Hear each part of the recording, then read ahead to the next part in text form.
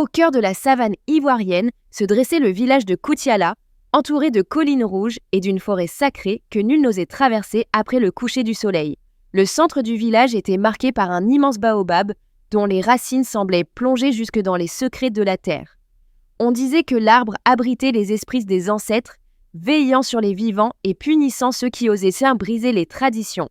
Dans ce village vivait Aïcha, une jeune femme douce et courageuse qui avait perdu sa mère à l'âge de 10 ans. Elle avait grandi sous l'aile protectrice de son père, Souleymane, un guérisseur respecté, gardien des rituels anciens. Leur relation était marquée par un amour profond, presque fusionnel, mais aussi par un silence lourd. Souleymane refusait de parler de la mort de sa femme, comme si un secret enfoui pesait sur sa mémoire. Un soir, à l'approche de la saison des pluies, le village fut secoué par un événement étrange. Une chaleur oppressante enveloppa Koutiala et les animaux du bétail commencèrent à mourir sans explication. Les anciens murmurèrent que les esprits de la forêt étaient en colère. Les villageois se tournèrent vers Souleymane, qui consulta les kauris et annonça « Quelqu'un a rompu le pacte avec les ancêtres, le baobab a soif de vérité. » Aïcha, inquiète, commença à rêver chaque nuit du baobab. Dans ses songes, elle voyait une femme vêtue de blanc l'appeler depuis les racines de l'arbre. Cette femme avait les traits de sa mère. Troublée, Aïcha confia ses rêves à son père, mais Souleymane devint sombre, presque colérique. « Ne t'approche pas de ces visions. Certaines vérités ne doivent pas être réveillées. » Mais Aïcha, poussée par la force invisible du mystère, décida de chercher des réponses. Guidée par une vieille griotte aveugle, Mbalia, elle apprit que sa mère n'était pas morte d'une simple maladie, comme on le lui avait dit. Elle avait été sacrifiée lors d'un rituel interdit, censé protéger le village d'une grande sécheresse. Mais le rituel avait mal tourné et son esprit était resté lié au baobab.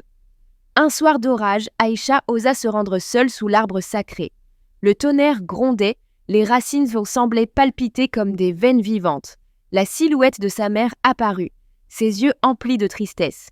« Ma fille, le secret que ton père a gardé nous condamne tous. Pour libérer le village, tu dois pardonner. » Au même instant, Souleymane arriva, haletant, la lampe tremblante dans sa main. Il avoua, en larmes, avoir participé au sacrifice, croyant sauver son peuple. Mais depuis ce jour, il portait la honte et la peur que sa fille découvre la vérité. « Je t'ai caché la faute pensant te protéger, mais je t'ai enfermé dans un mensonge. » Aïcha, brisée mais digne, prit la main de son père et la posa sur l'écorce du baobab. Une lumière douce jaillit de l'arbre et la silhouette de sa mère s'effaça dans un souffle de vent chaud. La pluie commença à tomber, arrosant la terre assoiffée. Le bétail fut sauvé et le village respira de nouveau. Les anciens déclarèrent que les esprits avaient été apaisés. Mais Aïcha comprit la véritable leçon. Le pardon est une force plus puissante que les secrets et la honte. Le baobab, qui avait été témoin de la faute, devint désormais le symbole d'une vérité partagée et d'un lien plus fort entre les vivants et les morts. Et dans le chant du vent à travers ses branches, Aïcha entendait parfois la voix de sa mère murmurant « La vérité n'est pas une arme, mais une lumière. »